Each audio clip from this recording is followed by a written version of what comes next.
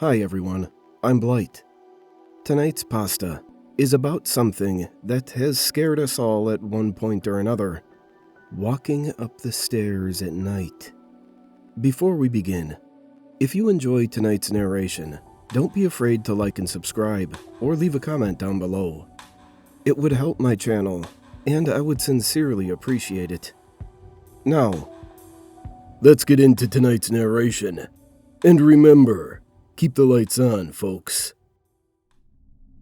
I stand at the top of my stairs, socked toes curling into the carpet, as one hand squeezes the door handle and the other hovers over the light switch, trying to decide if it's safe to turn out the lights. It's nearly 7 at night. I have about an hour before sundown, but it's just dim enough in the stairwell to make me doubt if that really matters. I stare down at the welcome mat, and though I see nothing, I know the thing that lives at the bottom of my stairs is watching me too. I know its gauzy white eyes never blink, and that its teeth, thin and too long for its mouth, extending far past its leathery lips, cannot smile, but I feel as if it's grinning at me. I know its gaunt, lanky limbs are curled and crouched around its small body, waiting to lunge the second the light is out. I know it isn't real. If it was real, I would be able to see it. But even as I remind myself of this, I leave the light on. You see, I made him up. The creature that lives at the bottom of my stairs. I've always had an active imagination. Many children create monsters or imaginary friends with rules. A man who runs beside the car, but can only run in the shadow of the vehicle.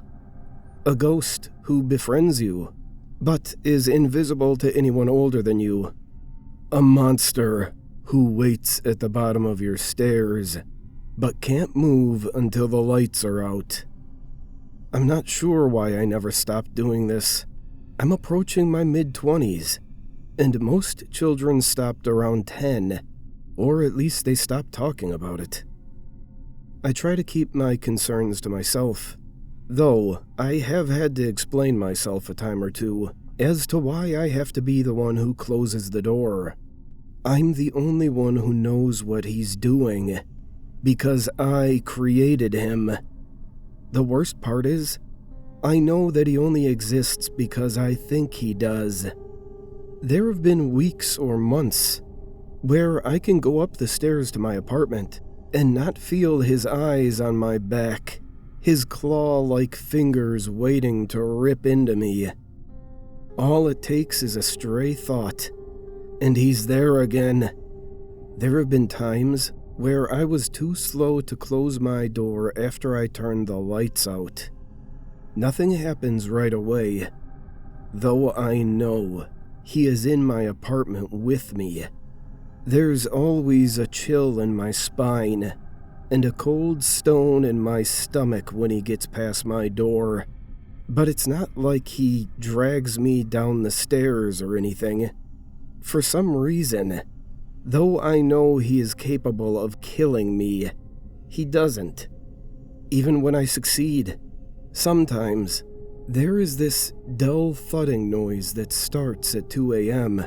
and continues until sunrise, like he's slamming his dry, callous, two big hands against the door, demanding I open it and let him in. This has been the hardest part about accepting he is not real, because I have had guests ask me about the noise. I never know what to tell them. Though, on the nights he gets in, I can feel him watching me from the doorway to my room, which unfortunately shares a wall with that stairwell.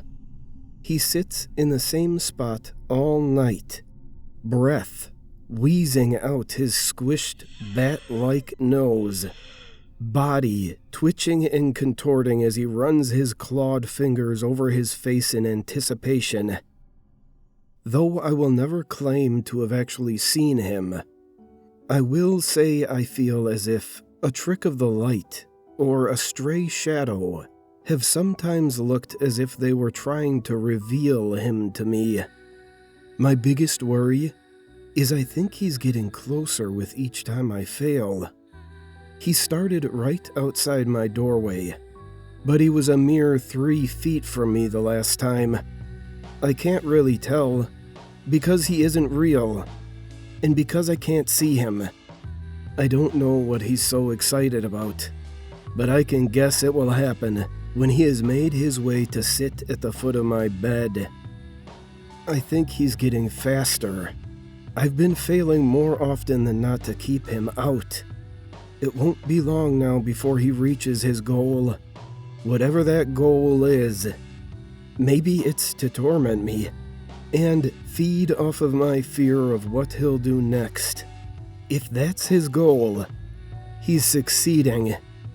It's killing me. I can't sleep knowing he's there. I know he's never attacked me in the past, but I'm always scared that tonight will be the night he decides that enough is enough and goes for it. My lack of sleep is hurting my job. My paranoia is ruining my relationships. All I do is sit at home and hide away from the creature. I don't know how to stop.